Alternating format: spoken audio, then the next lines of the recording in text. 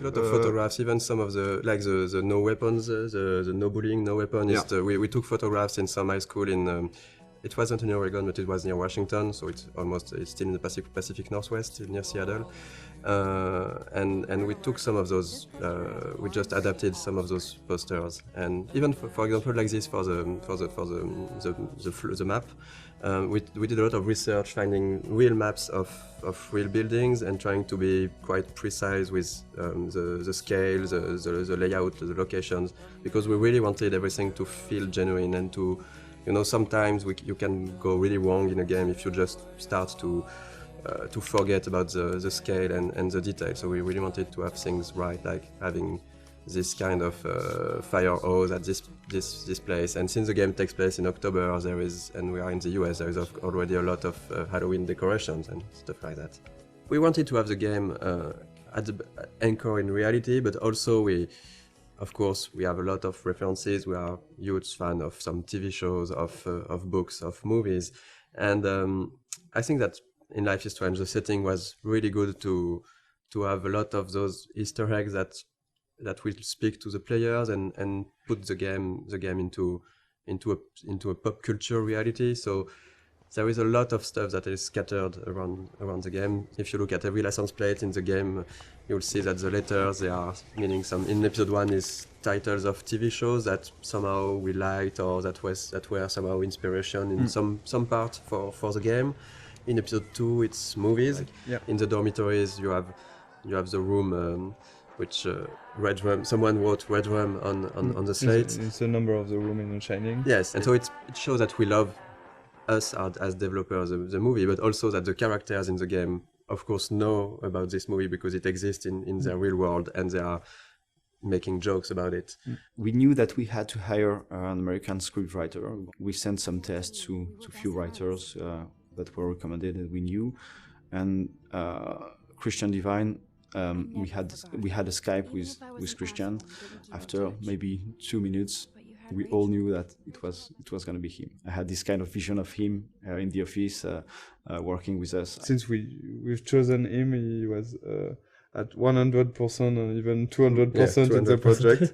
With us, he completely understood what we want to do with the characters and with the story and with the different themes we wanted to talk about. During the motion capture session, we asked the actor and the actress to when they meet, Max and Warren meet the first time here on the parking lot, we asked them, they were trying to kiss themselves, but you can't do that in the United States. In fact, as French, we were thinking that, it's cool, they are going to kiss themselves. Warren tried to kiss Max, to kiss Max on the cheek. We'd never done that, so we changed after discussion with a writer and a lot of friends. We say, okay, we should switch to a hug. So we changed the animation to have just Warren try to hug Max and not kiss her.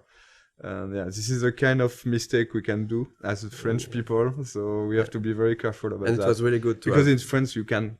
In say France, hello by kissing a girl like hello this, by but just having a peek on the cheek, and not in the US. And this is the kind of stuff where having an American writer was really needed. We made some other mistakes, like on this parking at the beginning we had the parking spots which were really small, and Christian said to us that this is not American parking spots. In the US you have large parking spots because we have big cars, so we changed that. And we did that for various things, like sometimes a sign were not at the right position or something that was not perfectly true to reality. So, Chloe's house. This is the very, very first scene we've made for the game. So this is really the scene that we have modified a lot to create Life is Strange. This is also the scene with which we sold the game to Square Enix. That's the scene we showed to publisher. The first time I tried the game, it was the Chloe's room, a really early prototype, and it felt fantastic to play it. I was literally smiling while playing it because the scene was working really great already. Even though the environment, the characters were not final, it was really really good to play. And we decided to use this scene because every mechanism is here, but there's also a scene that shows really what Life is Strange is, because it's a story about those two girls trying to reconnect. We had the two main characters. We had strong issues with what happened with David later. So we have the environmental storytelling when you're visiting a different part of the house. We have Zen sequence. It had the feeling that we really wanted to push for the game. This slow-paced, nostalgic feeling. I think that this scene is really a really good one to show that in episode 1. At the beginning, it wasn't exactly like that. We got different outcomes, and so the scene which is in the game now is really different from the very first prototype. At the very beginning, it was only the arguing with David we have done in motion capture, and I've played with Jean-Luc, so Jean-Luc. You were doing Chloe. Yeah, I was playing Chloe, and Jean-Luc was playing. No, I was playing David. And Jean-Luc is a great writer who has written the original story. So we have played all together because we didn't want to. We didn't add the money. In fact, to have a optic motion capture shooting. So we try by ourselves to have animation for the prototype, and the animation is quite ugly. The characters also are the ugly. first version were ugly, and there were at the beginning no textures. We had version with only the grey characters. We were really weird without hair, so we had a hairless Chloe. And I think Max is quite frightening. The smoke and all the FX elements, they are made following the same idea as non-realistic, but like it looks like undrawn smoke a little.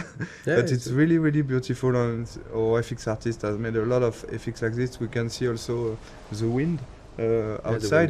The wind effects are really beautiful. And we tried to be as close as possible of the concept art. Like, ideally the game, we wanted it to look like some sort of animated concept art.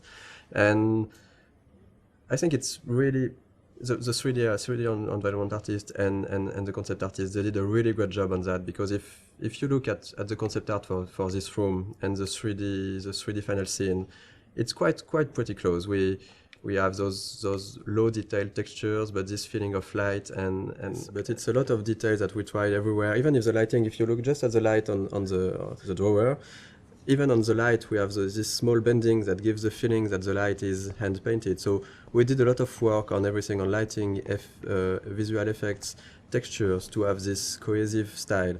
And sometimes the player might not completely notice it, but it still gives this cohesion to the game. Like, for example, for the Chloe's house, how rich Chloe's parents are, so what kind of house they can afford.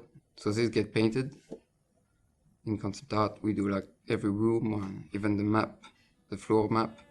In Max's rooms, there's a lot of photos on the wall, because she likes to take photos, and you got like the bands, poster of bands, which she like. You have to feel like who they are, and just by looking at the room. Mm-hmm.